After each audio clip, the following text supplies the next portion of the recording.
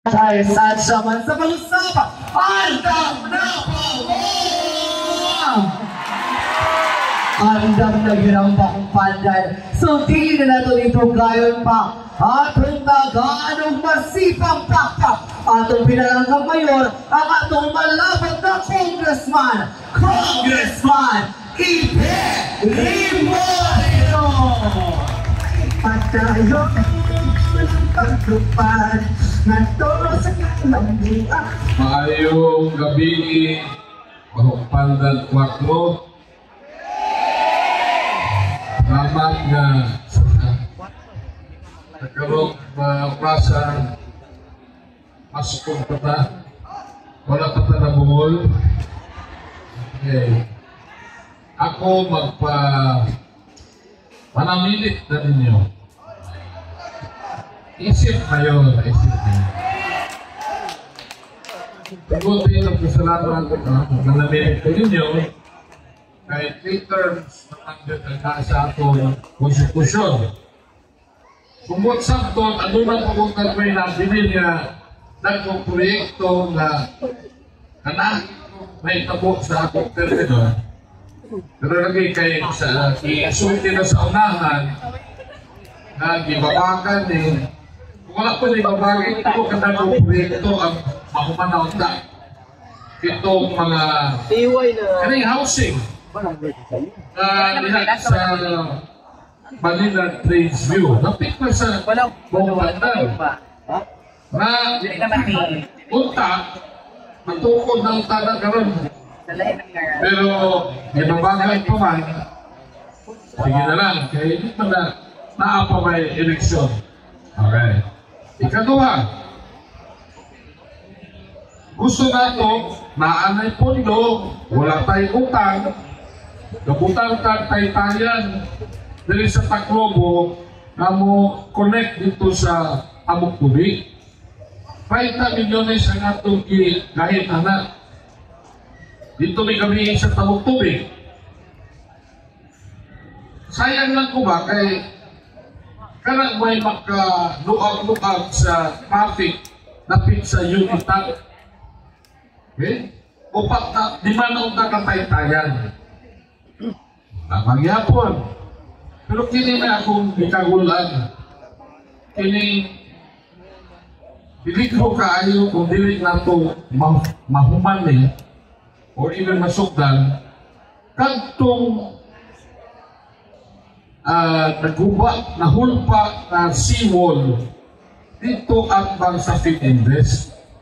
Taas kayo ng nahiwa ng nahiwa na kunya anytime na tunay na kong balon or typhoon, earthquake, mahulpa na kasunod ang dagat, puro ang Fininvest.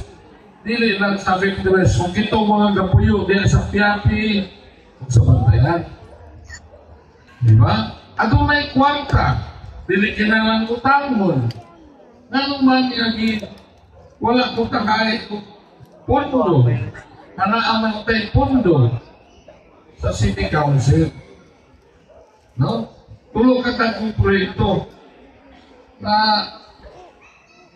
kung samtol kung ang usa ka konsehal or vice mayor itong nanumpa siya na ilang buhaton ang tanan para sa kayuhan sa kadaganan, murag suhi na sa iyang panumpaan.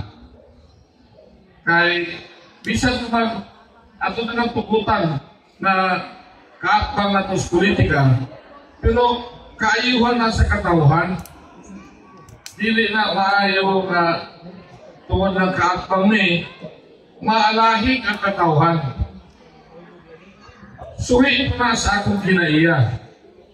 Okay, una, kailong mo niya itong first time ko na mayor in 1998. Okay. Bahong Pandan, ang kapitan, actually, ang kapitan, nakabalik.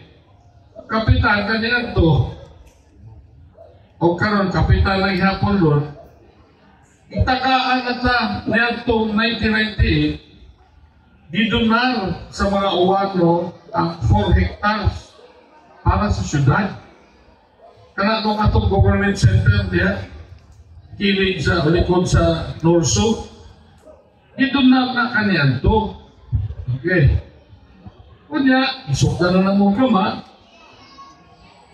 Kunya kay wak man po yung 2001 election, wala kong kumpanan ka sa tagawang pandan, wala po na ipadayon ni kanina Mayor Perdices.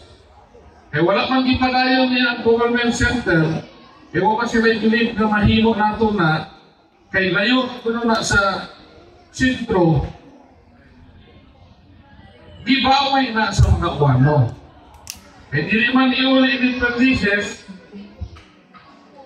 wala iuli, gikiha ang syudad, nga bawion na nila. Gakiha, 9 years ni Perdices, tulong ka term, wala na ang kaso pending pa. 9 years, nahumanan na yung termino, gapadayon ang kaso. Kanya, human ni Perdices, ang kasamtangan Congressman karon nahimong mayor. Para dili pa siya kanahasamo, kabulo sa gihimo, kinahanglan mahigulo mo nini. Kabulo kung sa iyang gihimo, dili siya kanahasamo, iuli niya sa mga awano ang 4 hectares ng Idunal. Nalimang kang 4 hectares, ito na inom tag 3,000 per square meter ka na karon. 120 million na iuli na nimo basta-basta. Riyan iuli. Wala na siya isang mo. Matay, wala kay Balo na nakabalik mo niya kung 2016. Ang tugon niya ang tunggulang na may gamit na ito niya mga uwano ng taga Cebu, di magalit taga diri. Na kung kanang bataan na, yan last word sa iyong mga anak. Kung kanang bataan na, hindi yung makabalik galing na sa City of Dumaguete. Ibalik nato ni, bisag ibawi na nato, nakuha na nato. Pag-lingkod na yan ako, ha?